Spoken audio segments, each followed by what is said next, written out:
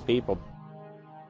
Between the Bush-Paulson administration and the Obama, Summers, Geithner, Volcker administration, there's really a total continuity of economic and financial policy. Geithner was on board at the Fed, the New York Fed, dealing with all these institutions. He didn't get it. And then we had this fellow who came up afterward, Mr. Friedman.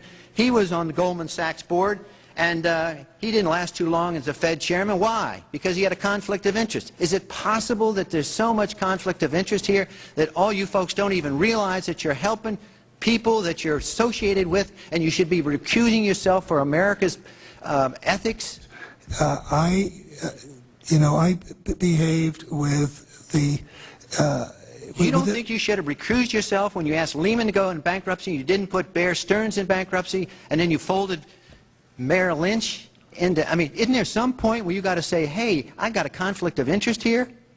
You don't feel any kind of scintilla of ethics on this thing at all? Totally. I operated very consistently within the ethic guidelines I had as Secretary of the Treasury, and when it became clear that we had some very significant issues with Goldman Sachs and with why didn't you recuse yourself with Morgan Stanley, what I did then, it would have been very wrong for me to recuse myself. What I did was I went and got a waiver from the ethics agreement, because when we had concerns... Who is in charge of the ethics agreement? What? Who's in charge of the ethics agreement that you got a waiver? We have a Office of Ethics at Treasury, and we have a White House ethics office. So you got it from the legal counsel from the White House? We got it from the Government Ethics Office. So we had Snow, we had Paulson, now we have Geithner. All these people cut from the same bowl of cloth. These are not independent Treasury secretaries. They're part of the problem, not part of any solution. And it would have been nice to see President Obama effect some change in Treasury, but of course, he went and got a Wall Street insider as his Treasury Secretary. Everything that's speculative, parasitical, cancerous, bloated from all these administrations, going back to Carter and even beyond, comes together in the Obama administration. With Volcker, with Summers, who's part of the economic crimes under Clinton, the guy who brought you derivatives and the abolition of the Glass-Steagall firewall. You could not have gotten a more perfect setup for a takeover from a previous government, the Bush regime, than the Obama regime. Now, there are some authors out there already saying that it's the same bunch, and it's true. It's the same bankers who put the same boys forward. Obama, far from helping the public and giving them something new or giving them more power and say over their own affairs, has actually sided immediately with the bankers who once again have robbed the public blind, and now they must get bailed out by your tax money. Obama does it all with left cover. He makes you think that he's somehow different from Bush, that this is somehow benevolent, that he cares about the poor. And in reality, this is the cruelest hoax and the most bogus sham. Obama is 1,000% devoted to Wall Street interests. When Wall Street says jump, Obama jumps. And again, it's about $30 to $40 for the bankers for every dollar that ever reaches an unemployed person or somebody who's on food stamps or some infrastructure building for highways. The hope with the Obama administration was that it would move us beyond this. But unfortunately, what we're seeing more and more is that Obama has brought in many of the economists who bought into the system in the past. Larry Summers is a very good example. And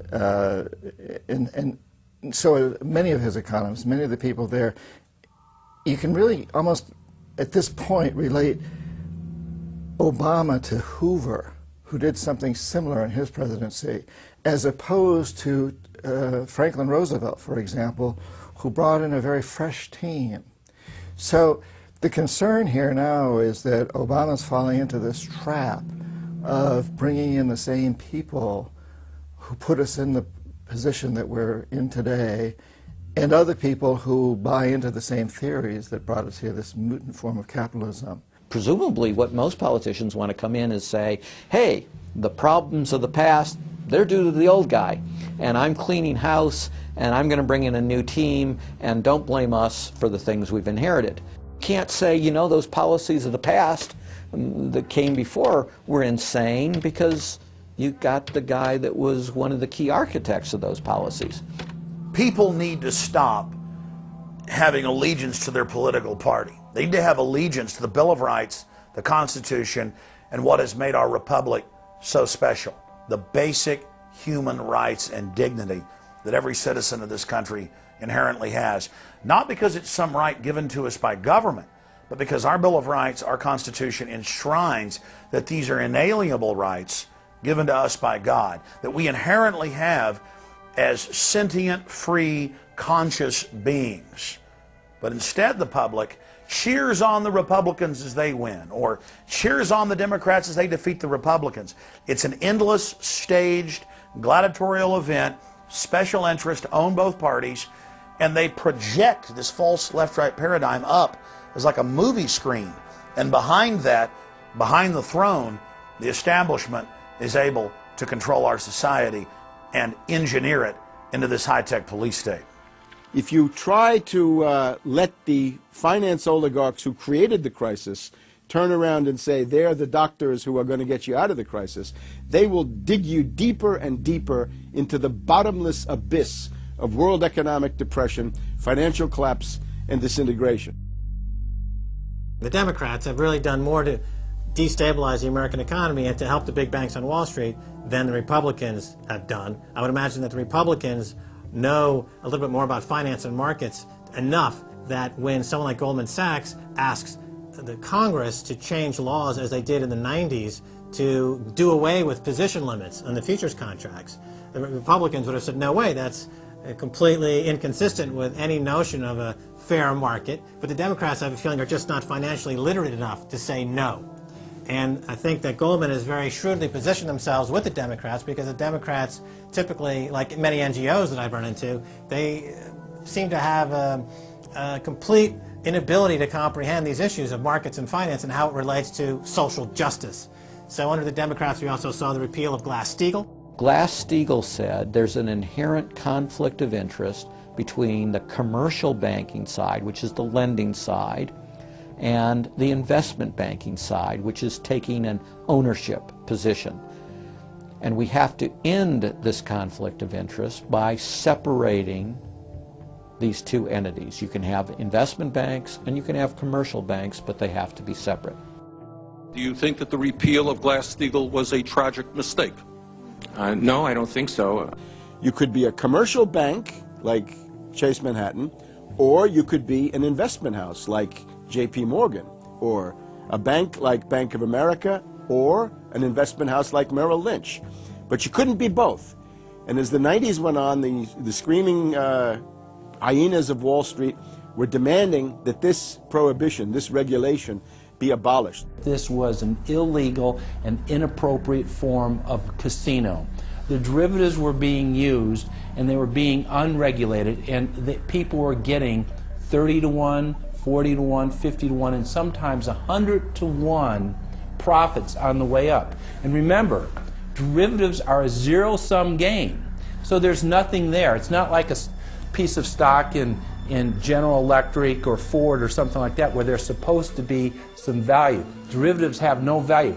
But the very people, Summers and Gettner and all the people at Goldman Sachs and J.P. Morgan who created these things, made not millions or billions, but trillions on the way up. And now that these things are crashing, the very same folks are now put in charge of regulating these things and in charge of the bailout, and they are giving money to the very rascals that created this problem, took the profits. The problem cannot be fixed. And this is on Obama's watch.